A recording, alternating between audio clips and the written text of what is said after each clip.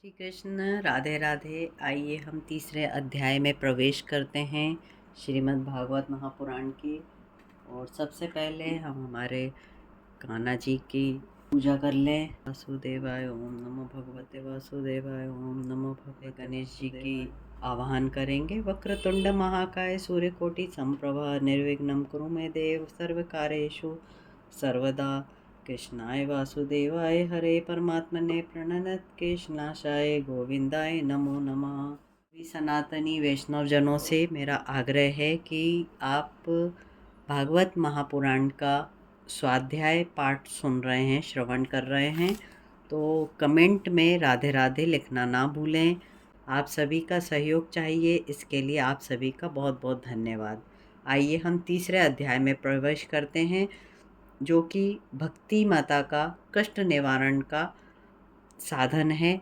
और इसमें प्रवेश करने के साथ आपको ये भी बताती चलूँ कि जब हम साक्षात ब्रह्म की शरण में आ जाते हैं तो हमारे कष्ट स्वतः ही दूर हो जाते हैं।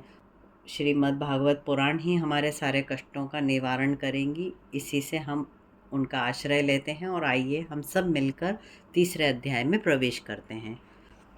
नारद जी बोले, हे मुनीश्वरों, भक्ति ज्ञान और वैराग्य के कष्ट की निवृत्ति हेतु श्रीमद् भागवत शास्त्र की कथा का ज्ञान यज्ञ करूँगा, किंतु यह बताइए कि इस यज्ञ के योग्य कौन सा स्थान है, और कृपा करके इसकी महिमा भी मुझे सुनाइए। इस कथा की क्या विधि है और यह कितने दिनों में समाप्त कर देनी चाहिए। सनकादिक ऋषि कहने लगे, हे नारद जी, आपको हम यह संपूर्ण विधि बताते हैं। इस कथा के योग्य सुंदर स्थान हरिद्वार के निकट आनंद घाट है। वहाँ पर ऋषि देवता सिद्ध सभी निवास करते हैं। अनेक प्रकार के लता बेलों और वृक्षों की सघनता के कारण बड़ी सुंदर छाया रहती है। उस घाट पर गंगा की सुंदर बालू भी बिछी रहती है। वहाँ पर अनेक प्रकार के सुंदर पुष्पों की सुगंध आती रहती है। वहाँ के रहने वाले प्राणी परस्पर वैर भाव को त्याग कर रहते हैं। उसी स्थान पर भक्ति ज्ञान और वैराग्य भी स्वयं आ जाएंगे और श्रीमद् भागवत की कथा सुनकर तरुणावस्था को प्राप्त होंगे। सूत जी बोले, हे मुनीश्वर, नारद जी को इस प्रकार उपदेश देकर स्वयं भी गंगा तट की ओर चल पड़े। वहाँ पर भृगु, वशिष्ठ, गौतम, च्यवन, देवल, मेघादिति, देवरात, परशुराम, विश्वामित्र, शाकल, मार्कंडेय, दत्तात्रेय, पिप्लाद, व्यास, पाराशर, छायाशोक, जांजलि, जानव आदि सभी मुख्य मुख्य ऋषिगण अपने शिष्य, पुत्र एवं स्त्रियों सहित पधारे। उस स्थान पर वेद, उपनिषद, तंत्र, मंत्र, 17 पुराण, 6 शास्त्र, गंगा, यमुना, गोमती, घाघरा आदि नदियाँ, पुष्कर आदि सरोवर, गुरु क्षेत्र, प्रभाव आदि सब क्षेत्र, दंडक, काम्यवन, बृहदारण्य आदि सब वन, हिमालय, विंध्याचल आदि सब पर्वत और देवता, गंधर्व, यक्ष, राक्षस आदि सभी मूर्तिमान होकर उस आनंद घाट पर श्रीमद् भागवत कथा अमृतमान करने के लिए पधारे। इस कथा के कहने वाले श्री शनकादिक मुनीश्वर सुंदर उच्च आसन पर विराजे और समस्त श्रोतागण उस सुंदर पुलीन पर बैठे, जहाँ पर वैष्णव, विरक्त, सन्यासी और ब्रह्मचारी सबसे अग्र बैठे और उनसे भी आगे देवर्षि नारद कथा अमृत पान करने के लिए बैठे। उस स्थान पर एक और देवतागण, एक और ऋषिगण, एक और वेद उपनिषद और एक और तीर्थ इत्यादि सब एक और समस्त स्त्रियां विराजमान हुईं।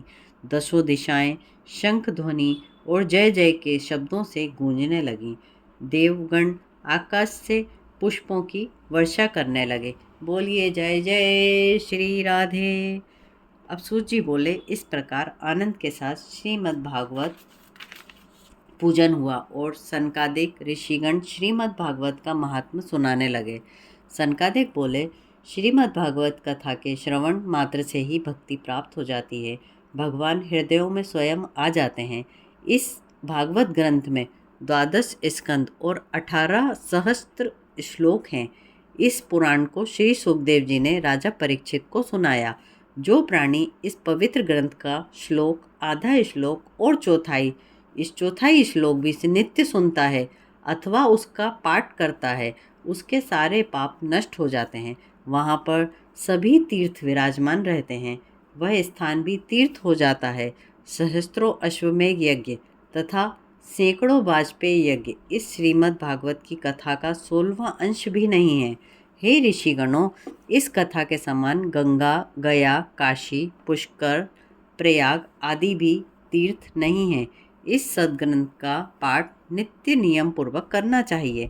श्रीमद् भागवत की समता ओंकार, गायत्री, पुरुष सूक्त, तीनों वेद, ओम नमो भगवते वासुदेवाय, द्वादश मंत्र, आदित्य संवत्सर रूपकाल, प्रयाग ब्राह्मण, अग्निहोत्र, द्वादश तिथि, गौ, तुलसी, भगवान पुरुषोत्तम और बसंत ऋतु ही कर सकती हैं। ये सब एक समान हैं, इनमें कोई भेद नहीं है। जो मनुष्य दिन रात श्रीमद् भागवत का पाठ अर्थ सहित करता है, उसके जन्म जन्मांतर के पाप स्वतः ही नष्ट हो जाते हैं। नित्य भगवत का चिंतन करना, तुलसी के विरवा को जल देना, गौ की सेवा करना, नित्य भागवत का पाठ करना, ये सभी चारों साधन समान हैं। जो मनुष्य अंत समय में इस श्रीमद् भागवत के श्लोक को श्रवण कर लेता है, वह अवश्य भगवान के गोलोक धाम को चला जाता है। जो मनुष्य स्वर्णासन पर रखकर इस ग्रंथ का दान सत्पात्र को देता है, वह अवश्य मोक्ष को प्राप्त करता है। जिस मनुष्य ने अपने जीवन में कभी भी श्रीमद् भागवत कथामृत का लेश मात्र भी पान नहीं किया है, उसका जीवन चांडाल और गधे के समान होता है। उसने व्यर्थ ही माता को कष्ट देकर पृथ्वी के भार को बढ़ाया। जब करोड़ों जन्मों का पुण्य उदय होता है, तभी यह कथा अमृत प्राप्त होती है। बोलिए जय जय श्री राधे। इस कथा के लिए कोई निश्चित दिन नहीं है, इसे हमेशा ही सुनना उत्तम है। सबसे उत्तम विधि सप्ताह पारायण की है। उसको माघ मास में श्रवण करने में सर्वोत्तम फल प्राप्त होता है। जो पुण्य तप, योग और समाधि इत्यादि से नहीं मिलता, वह सप्ताह श्रवण से सुगमता से प्राप्त हो जाता है। यह सप्ताह श्रवण तप, यज्ञ, तीर्थ, सेवन आदि सभी से बढ़कर है। शौनक जी बोले, हे सूत जी, यह आपने बड़ी अपूर्व बात कही कि इस श्रीमद् भागवत पुराण का महात्म इतना उत्तम है, किंतु यह ज्ञान इत्यादि सभी उपायों से बढ़कर किस प्रकार हो सकता है। सूत जी बोले, हे शौनक जी, यदुनाथ अमर्यादा पुरुषोत्तम भगवान श्री कृष्ण इस भूलोक को त्याग कर जब अपने गोलोक धाम को जाने लगे, तब उद्धव जी बोले, हे माधव, आप अपने भक्तों को त्याग कर अपने निज धाम को जाना चाहते हैं, किंतु आपके यहाँ ना रहने पर यह कराल कलियुग आपके भक्तों को अनेक प्रकार के कष्ट देगा और उनके स्वभावों में परिवर्तन कर देगा। अधर्म चारों ओर फैल जाएगा, तब यह पृथ्वी किसका आश्रय लेगी। हे भक्त वत्सल, आपके अतिरिक्त इस पृथ्वी का आश्रयदाता और कोई नहीं है। आप निर्गुण निराकार होते हुए भी सगुण रूप होकर भूभार उतारने के लिए ही युग युग में पधारते हैं। कली काल के मनुष्यों के लिए निर्गुण उपासना करना अति कठिन है, फिर किस प्रकार से यह वैष्णव धर्म रह पाएगा। उद्धव जी के ऐसे वचन सुनकर भगवान श्री कृष्ण जी बोले, हे उद्धव, मैं अपने जाने के पश्चात श्रीमद् भागवत शास्त्र छोड़ जाता हूँ। उस शास्त्र में मैं स्वयं विराजमान रहूँगा। यह मेरी साक्षात वाणी है। इसके सेवन, श्रवण, पाठ और दर्शन मात्र से ही प्राणियों के सब पाप दूर हो जाएंगे। कलयुग में कोई भी साधन इस सप्ताह श्रवण से बढ़कर नहीं माना जाएगा, इसलिए इस सप्ताह श्रवण का विधान किया गया है। सूत जी बोले, हे मुनिवरों, जिस समय संत शिरोमणि सनकादिक ऋषि सप्ताह श्रवण की महिमा का वर्णन कर रहे थे, उसी क्षण एक आश्चर्यजनक घटना घटी। वहाँ पर भक्ति, ज्ञान और वैराग्य, हरे कृष्णा हरे कृष्णा हरे गोविंद हरे मुरारे, हे नाथ नारायण वासुदेवा आदि भगवान के नामों का उच्चारण करते हुए, नाचते हुए, गाते हुए, उत्साह के साथ थिरकते हुए प्रकट हो गए।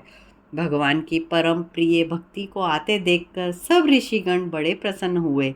भक्ति ने कहा, मैं कली काल के प्रभाव से नष्ट हो चुकी थी, किंतु श्रीमद् भागवत के कथा अमृत से सींचकर सनकादिक मुनीश्वरों ने मुझे पुष्टि प्रदान की। अब मुझे मेरे निवास का स्थान बताइए।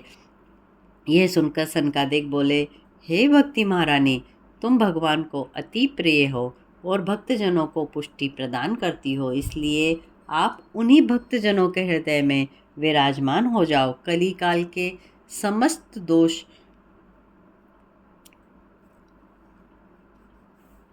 संसार को ही त्रसित कर सकेंगे, किंतु तुम्हारा वहाँ पर कुछ भी ना बिगाड़ सकेंगे। सूत जी बोले, हे शौनक जी, सनकादिक ऋषियों के यह वचन सुनकर भक्ति उसी क्षण हरिजनों के हृदय में विराजमान हो गई। बोलिए जय जय श्री राधे, जय जय श्री कृष्ण। कर्पूरगौरं कर्णावतारं संसारसारं भुजगेन्द्रहारं सदा वसन्तं हृदयारविन्दे भवं भवानी सहितं नमामि। मन्दारमाला कलिकालकाय कपालमालाङ्कितशेखराय दिगंबराय च दिगंबराय नमः शिवाय च नमः शिवाय।